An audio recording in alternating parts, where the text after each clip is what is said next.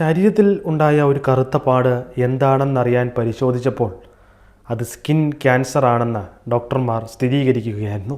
Colombian നടിയായ ലോണ തൻ്റെ ജീവിതത്തിൽ സംഭവിച്ച ദുരന്തത്തെക്കുറിച്ച് വിവരിച്ചത് എങ്ങനെയായിരുന്നു?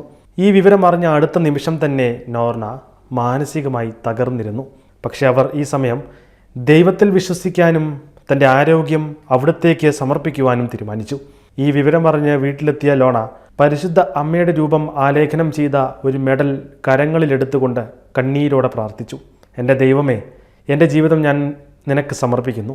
എന്നിരുന്നാലും നിൻ്റെ ഹിതം പോലെ സംഭവിക്കട്ടെ. നീ എടുക്കുന്ന തീരുമാനങ്ങളെല്ലാം നല്ലതായിരിക്കുമെന്ന് എനിക്ക് ഉറപ്പാണ്. ഇങ്ങനെയായിരുന്നു ലോർണ പ്രാർത്ഥിച്ചത്. ദിവസങ്ങൾ കടന്നുപോയി. ആശുപത്രിയും ഡോക്ടർമാരെയും ചികിത്സയുടെ ഭാഗമായി ഒരുപാട് അവർ സന്ദർശിച്ചു.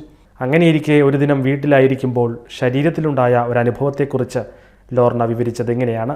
ആരോ എന്നോട് സംസാരിക്കുന്ന പോലെ ഒരനുഭവമുണ്ടായി. തൊട്ടടുത്ത നിമിഷം ശരീരത്തിന് ഒരു ചൂട് അനുഭവപ്പെട്ടു.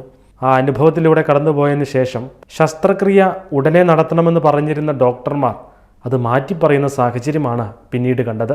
ക്യാൻസർ അപ്രത്യക്ഷമായി എന്നായിരുന്നു അന്ന് ഡോക്ടർമാർ പറഞ്ഞത്.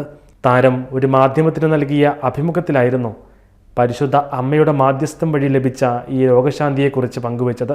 അതിലെ ഒരു ഭാഗം ലോർണ തൻ്റെ സോഷ്യൽ മീഡിയ പേജിൽ പങ്കുവെക്കുകയും ചെയ്തിരുന്നു.